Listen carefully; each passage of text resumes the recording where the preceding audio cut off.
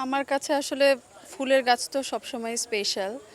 তারপরে আরও কিছু ভেরি স্পেশালি অর্কিড আমার খুব ফেভারিট, যেগুলো থাই চাইনিজগুলা, মানে অনেক ভ্যারাইটিস আছে আসলে, ওগুলোর নাম বলে শেষ করা যাবে না। তাছাড়া কাঠগোলাপ আছে, তারপরে আরও বিভিন্ন থাই ফ্লাওয়ারগুলা, আসলে ওগুলো মন কাড়ে। আর দেশি ফুলগুলো তো আছেই, যেগুলো নর্মালি আমরা আমাদের বাসার বাগানে বা আমার বাসার গেটের সামনে যে সাজায়, ওগুলোও আছে।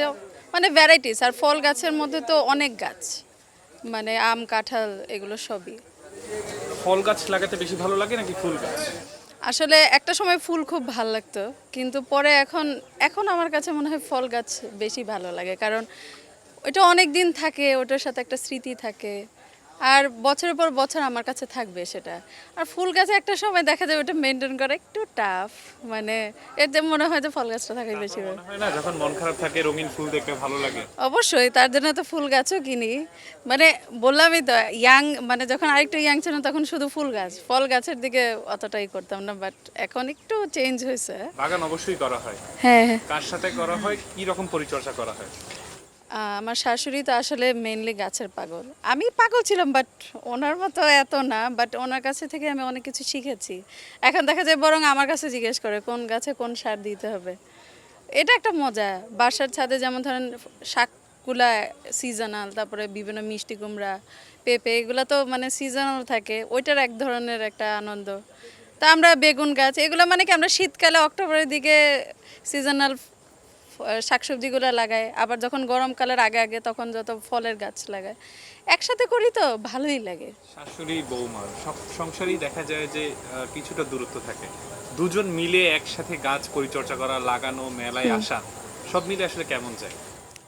অন্যদের ব্যাপারটা জানি না, বাট আমার তো আমার শাশুড়ির সাথে খুব ভালো সম্পর্ক। আর আমরা দুইজনেই আসলে বেশি গাছপ্রেমী, তো এর জন্য দেখা গেছে যে আমরা আরও বেশি ক্লোজ হতে পেরেছি আমার কাছে মনে হয়।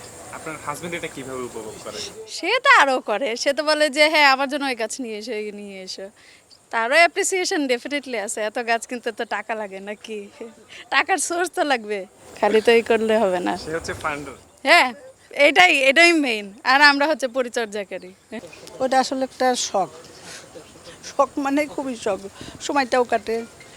আর গাছ যারা লাগায় তাদের এমন একটা নেশা, গাছ কিনতে কিন্তু অনেক টাকা লাগে, তাও ওই ওই দিকে খেয়াল করে না, ওই গাছের নেশা।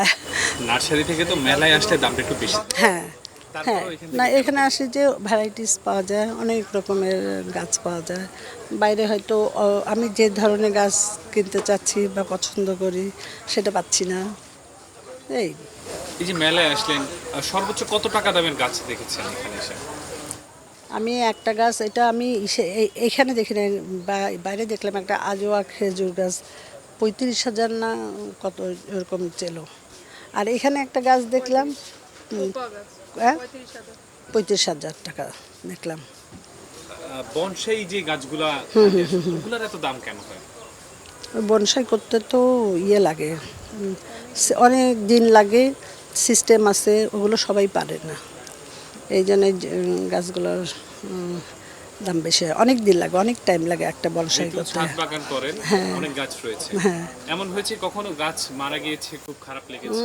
খুব খারাপ, একটা ডাল একটা পাতা ছিঁড়ে গেলে পরেই খারাপ লাগে, আর গাছ মরে গেলে তো খুবই খারাপ লাগে।